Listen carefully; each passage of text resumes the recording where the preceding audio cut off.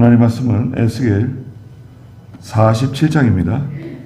에스겔 47장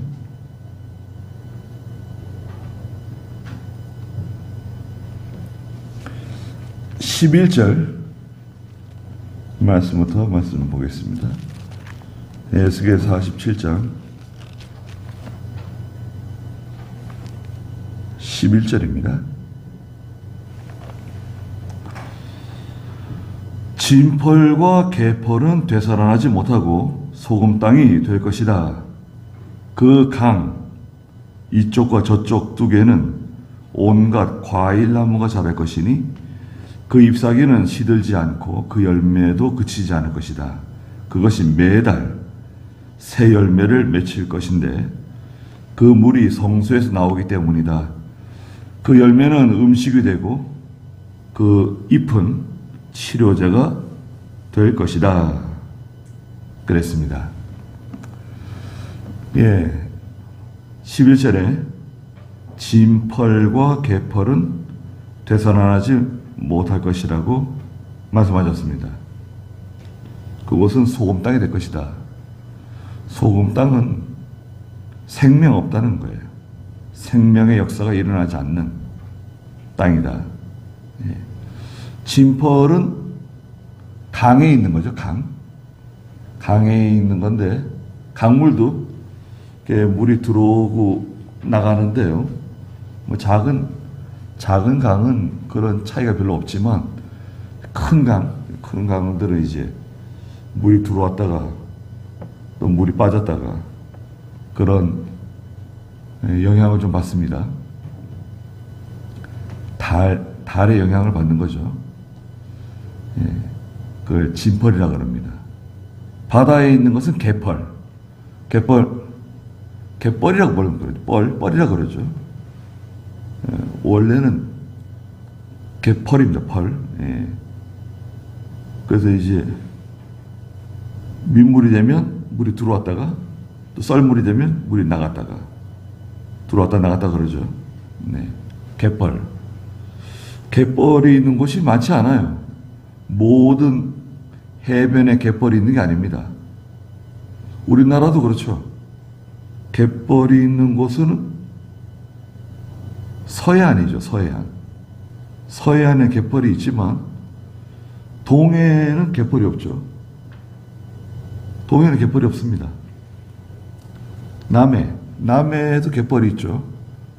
그런데 이제 동해 쪽, 태평양 쪽에는 개펄이 없습니다. 개펄이 있는 곳이 전 세계적으로 드물어요. 우리나라 개펄이 유명한 개펄입니다. 또 개펄에서 얼마나 또 많은 게 나옵니까? 바닷가에 사시는 분들은 나가서 일하면 계속 거기서 먹을 것도 나오고 거기서 다 먹고 사는 거 아니에요? 그런데 이제 성경에서 말하는 진펄과 개펄은 생명 없는 믿음을 가르쳐요. 무슨 말이냐? 물이 들어왔을 때는 강처럼 보이고 바다처럼 보이고 물이 빠지면 또 육지처럼 보이는 그 땅인데요. 중간지대고 요한계시록에서는 그 3분의 1은 멸망한다 말씀이 종종 나오는데 그 3분의 1이에요.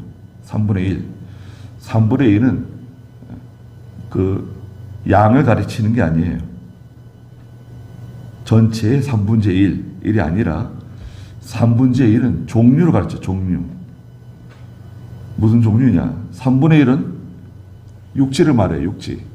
완전히 하나님 편에 서 있는 사람, 믿음으로 사는 사람, 경건한 성도, 영으로 사는 성도들. 육지고 바다는 세상을 가르쳐요. 바다는 세상입니다.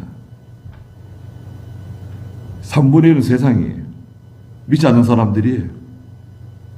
그 마귀에게 속한 사람들이에요. 멸망의 자식들이에요. 근데 이 중간에 있는 거 있죠. 물이 들어오면 바다 같고 물이 빠지면 육지 같은 이 중간에 있는 사람들이 화를 받는 거예요. 하나님의 징계를 받는 겁니다. 고난이 많아요. 이건 뭐 예배당에 오면 거룩한 성도 같고 세상에 나가면 완전 또 세상 사람처럼 사는 거예요. 세상처럼 똑같이 사는 거예요. 거기서는 생명의 역사가 나타나질 않아요. 소금 땅이 될 것이다. 그랬습니다. 또 다른 의미로는 지난 주일에도 본 것처럼 계시록 3장 16절에 있는 것처럼 이 뜨뜻미지근한 상태, 뜨뜻미지근한 성도들 말해요. 계시록 3장 16절에 보시면 네가 이같이 미지근하여 차지도 않고 뜨겁지도 않으니 너를 내 입에서 토해내겠다 그러셨거든요. 차지도 않고 뜨겁지도 않다. 차다. 차다는 것은 죄에 대해서 차갑다는 거예요. 죄에 대해서는 차가워야 돼. 얼음처럼 차가워야 돼. 죄에 대해서는. 그 다음에 하나님에 대해서는, 믿음으로 사는 것에 대해서는, 순종하는 것에 대해서는 뜨거워야 돼요. 하나님을 사랑하는 것이 뜨거워야 돼요. 그런데 미지근해요. 차지도 않고 뜨겁지도 않고 미지근한 거. 너를 내 입에서 토해내겠다. 하나님 마음에 합당하지 않아요. 이것은 바른 신앙이 아닙니다. 차든지 뜨겁든지 분명히 해야 돼요.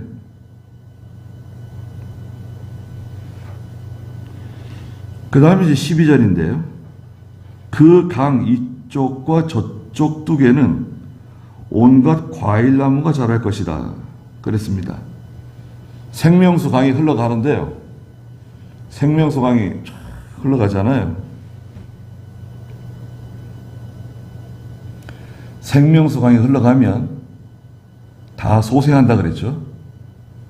광야로 지나가면 광야가 소생하고 사막을 지나가면 사막이 다 소생하고 다 살아나는 거예요. 살려내는 역사가 나타나는 겁니다. 생명수 강이니까. 강 이쪽과 저쪽 강둑에 과일나무들이 자란다 그랬죠. 과일나무들이 자랍니다. 많은 열매들이 맺혀요.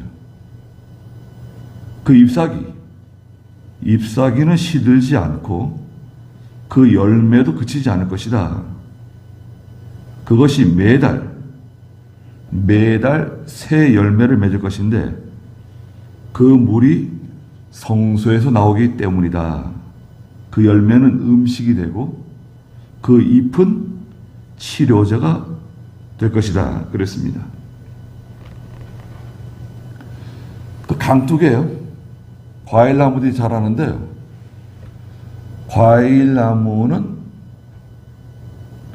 계시록 22장 1절과 2절에 보면 12가지 과실을 맺는다는 거예요. 계시록 22장 1절과 2절에 보시면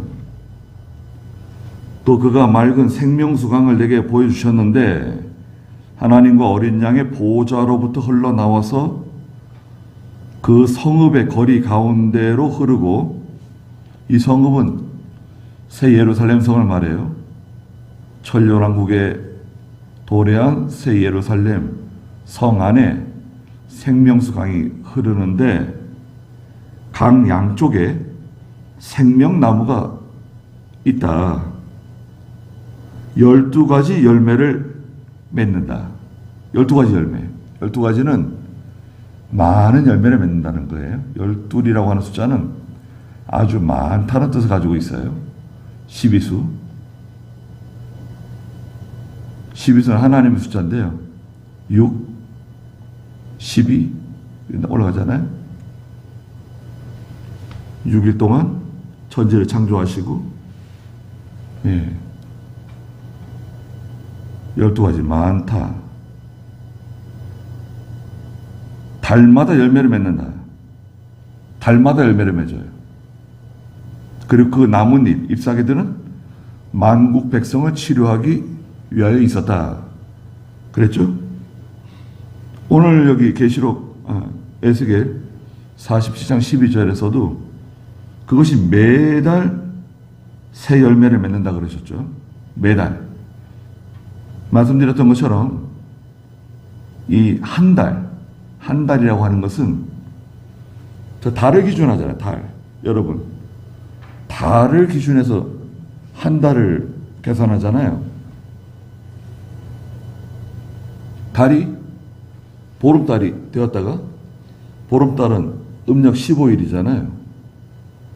보름달 된 다음에 그 다음에 어떻게 되죠? 달이 점점 줄어들어요.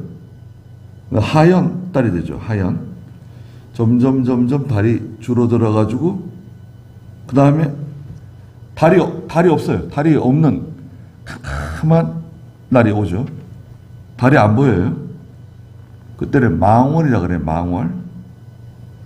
달이 없다. 완전히 캄캄한 며칠이 지난 다음에 그 다음에 달이 올라가죠. 달이 조금씩 올라옵니다. 상현달. 점점 이제 달이 커져요. 점점 커져가지고 이제 보름달이 되죠. 보름달. 만월이라 그러죠. 보름달이 되는 거죠. 거기 한 달이에요. 그래서 밝은 빛에서 점점 어두워졌다가 새카매졌다가 다시 점점 밝아서 가장 밝은 때가 되면 열매를 맺는 거예요. 한 달이 되면 열매를 맺는 거예요. 매달 열매를 맺는 거예요. 무슨 말이냐면 열매는 성도가 빛과 어둠이 교차될 때 열매가 맺히는 거예요. 빛과 어둠이 교차될 때. 항상 은혜 생활하면 좋은데 은혜 생활하다가 또 시험이 오고 고난도 오고 환난이 옵니다. 항상 은혜 생활할 수가 없어요. 우리는 죄인이고 우리 자신이 죄인이고 또 이 세상이 어둡기 때문에 항상 은혜 생활하기 쉽지 않아요. 그래서 이 밤과 낮이 자꾸 교차돼요. 밤을 만났다가 또 낮을 만났다가 또 밤이 왔다가 또 낮이 왔다가 빛과 어둠이 교차될 때 성도는 믿음의 열매를 맺게 돼요. 밤을 잘 통과해야 돼요. 밤을 잘 통과하면 열매를 맺게 돼요.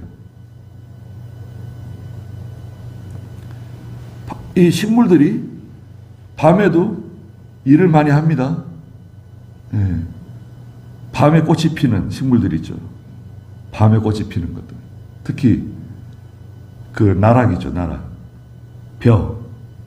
벼는 밤에 꽃을 피워요. 밤에 꽃이 핀 거 보셨어요? 벼들이? 벼가 이제 익어가기 전에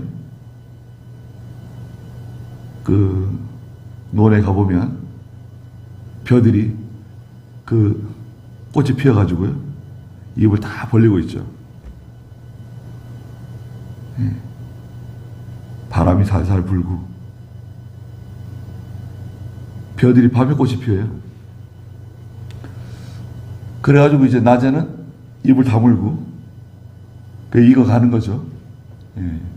특히 가을 햇빛.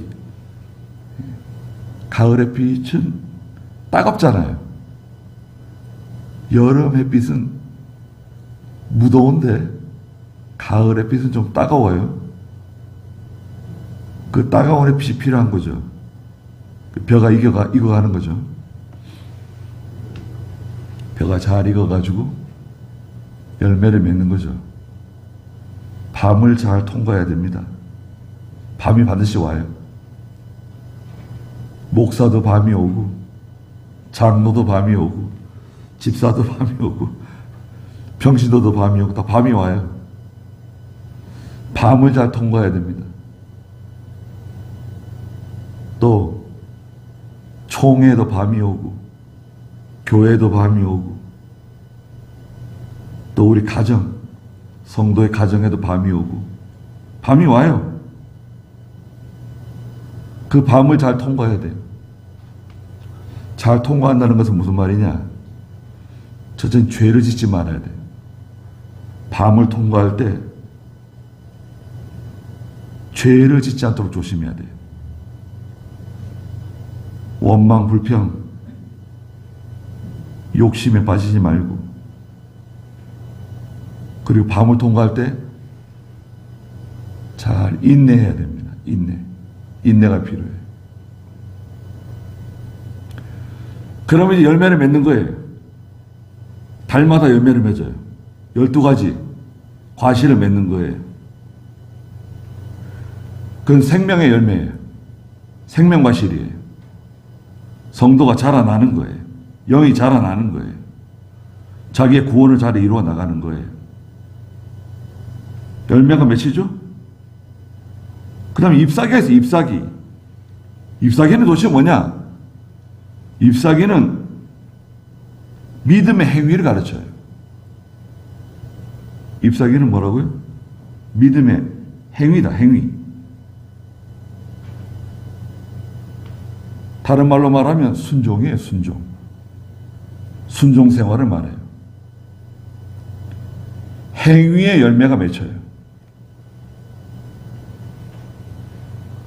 에베소 5장 9절에 보면 믿음의 열매가 있죠. 에베소 5장 9절 빛의 열매. 빛의 열매는 모든 선함과 의로움과 진실함에 있다. 빛의 열매가 있어요. 열매를 맺는 거예요. 선함, 의로움, 진실함.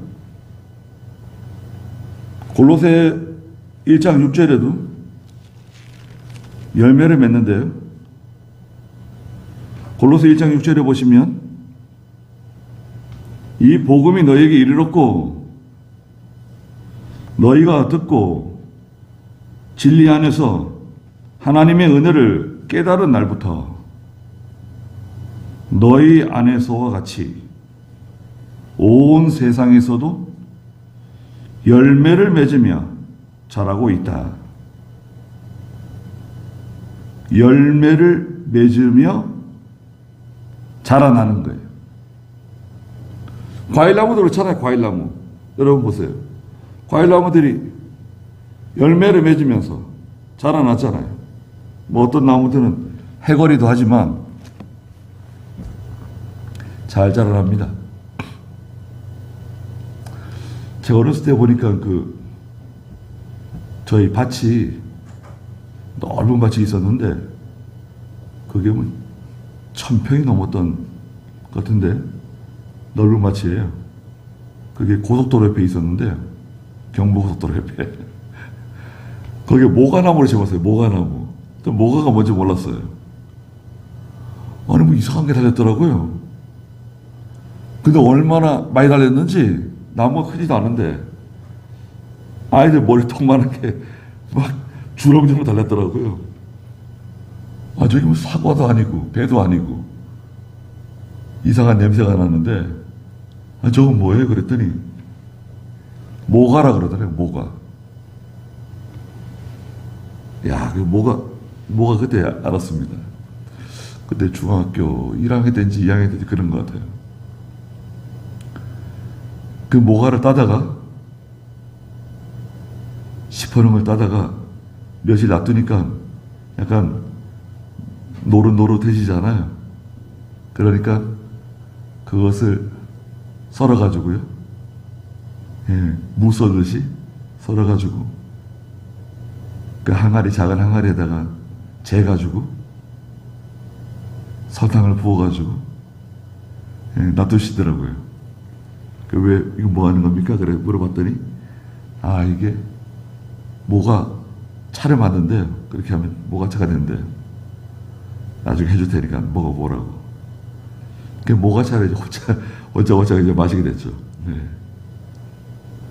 주일날 예배당 갔다 오면 혼자서 이제 모가차를 한 잔 마시고 그 다음에 이제 물고기 잡으러 가고 그러는 거예요. 네. 모가차 아주 좋죠. 근데 그 모가도 해거리를 하더라고요. 예. 그 다음에 전혀 뭐 열리지 않고, 그 다음에 뭐 몇 개 열리고, 그 다음에 또 많이 열리고, 해거리를 하더라고요.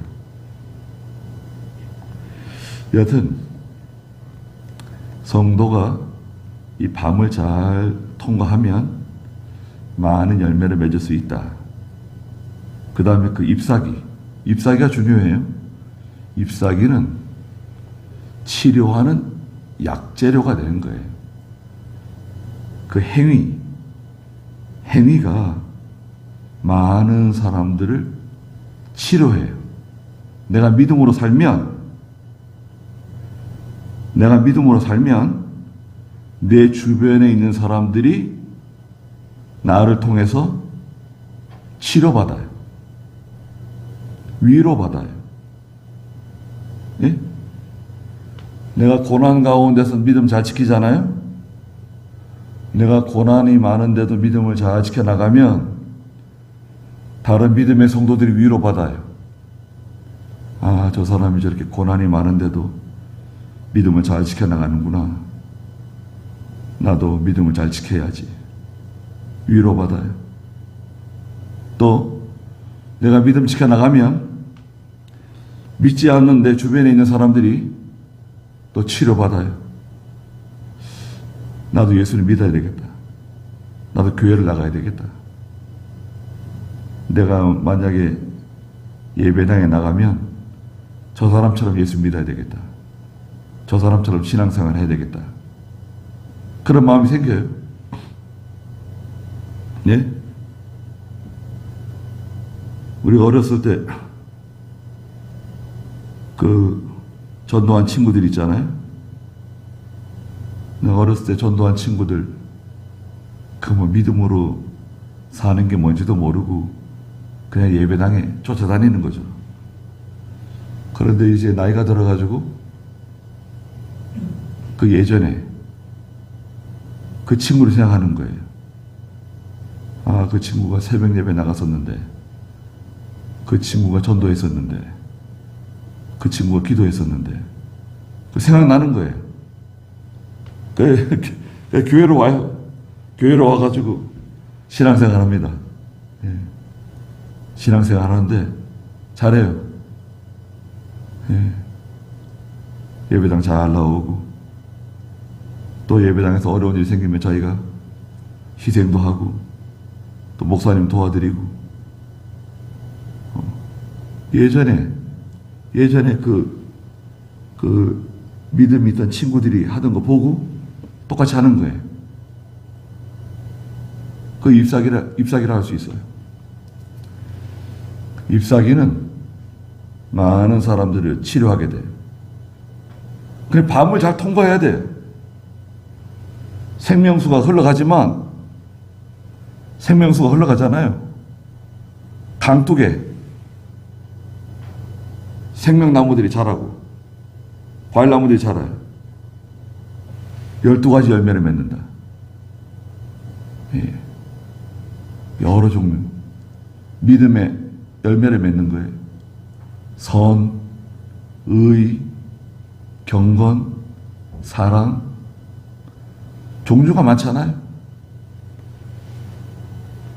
많은 열매를 맺는 겁니다.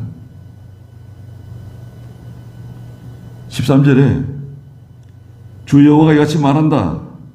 이것이 너희가 이스라엘의 12지파대로 그 땅을 유업으로 나눌 경계선이다. 요셉은 두 몫이다 그랬습니다. 여호와 하나님께서 말씀하셨는데요.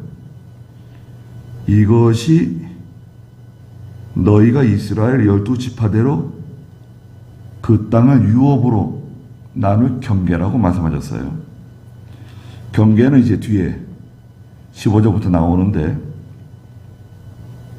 하나님께서 가나안 땅도 주시고 가나안 땅 선물로 주시는 거죠. 유업으로 주시는 거예요. 유업. 제일 큰 유업은 믿음입니다. 믿음. 하나님이 제일 큰 유업이에요. 하나님께서 모든 걸 다 주시는데 우리에게. 고린도전서 2장 21절 22절에 보면 이 세상에 있는 것이 다 너희 것이다. 하나님 다 주시는데요. 제일 큰 것은 하나님을 주신 하나님이에요. 우리의 유업 중에 제일 큰 것은 하나님이다. 믿음이다. 믿음이 제일 큰 유업이라 그러면 당신은 뭘 가지고 있습니까?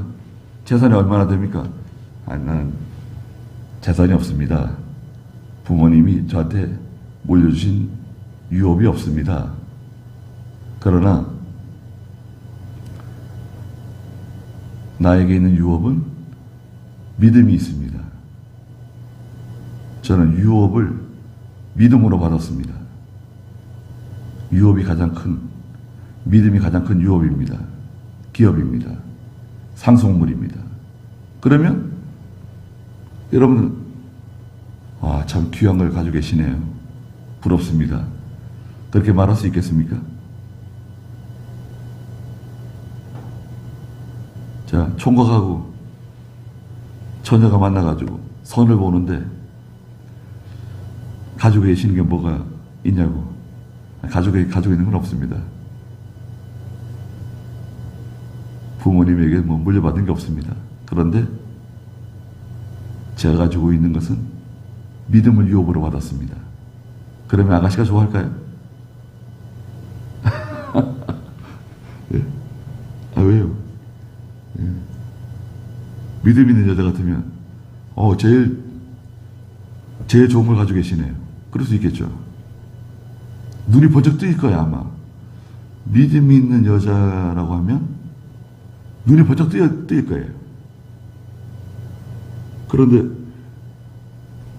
이 세상에 있는 거 바라보고 자기 친구들 결혼하는 거 보고 누구는 누구네 집에 어디 부잣집에 시집 간다 그러더라.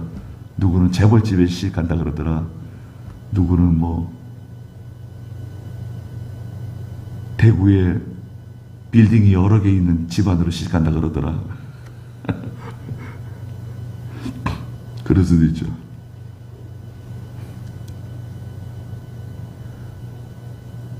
근데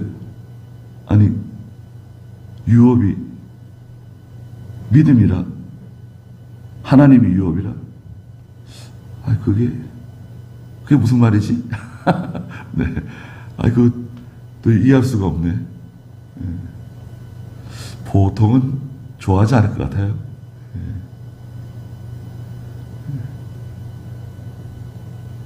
부모님이 저기 아파트를 유업으로 주셨습니다. 그럼 좋네요. 부모님이 저기 아주 금싸라기 땅을 유업으로 주셨습니다. 참 잘 됐네요.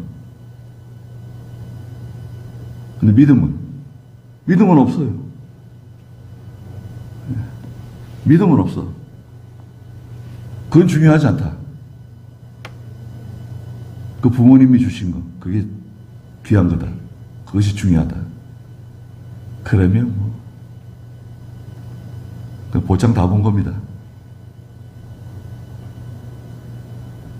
믿음을 선택하면 하나님을 선택하는 거예요. 그 사람은 생명이 있어요. 자라나요. 많은 열매를 맺어요. 그리고 뭘 받죠? 땅을 유업으로 받아요. 땅을 받아요. 땅이라고 하는 것은 이 영역, 다스리는 지역을 말해요. 영향력이 있는 많은 것을 다스리고 많은 것을 지배할 수 있는 땅을 받아요. 땅을 유업으로 받게 돼 있어요. 반드시 받습니다. 요셉은 두 몫이다. 아니 요셉, 여러분 요셉, 우리가 알다시피 요셉이 몇 번째 아들입니까? 11번째 아들이에요. 11번째 아들 요셉이. 르우벤, 시므온, 레위, 유다 내려가가지고 11번째 아들이 요셉이에요. 두 몫은 장자만 받는 거예요. 장자. 요셉은 장자의 축복을 받는 거죠. 요셉의 두 아들 므낫세와 에브라임인데 하나님께서 에브라임을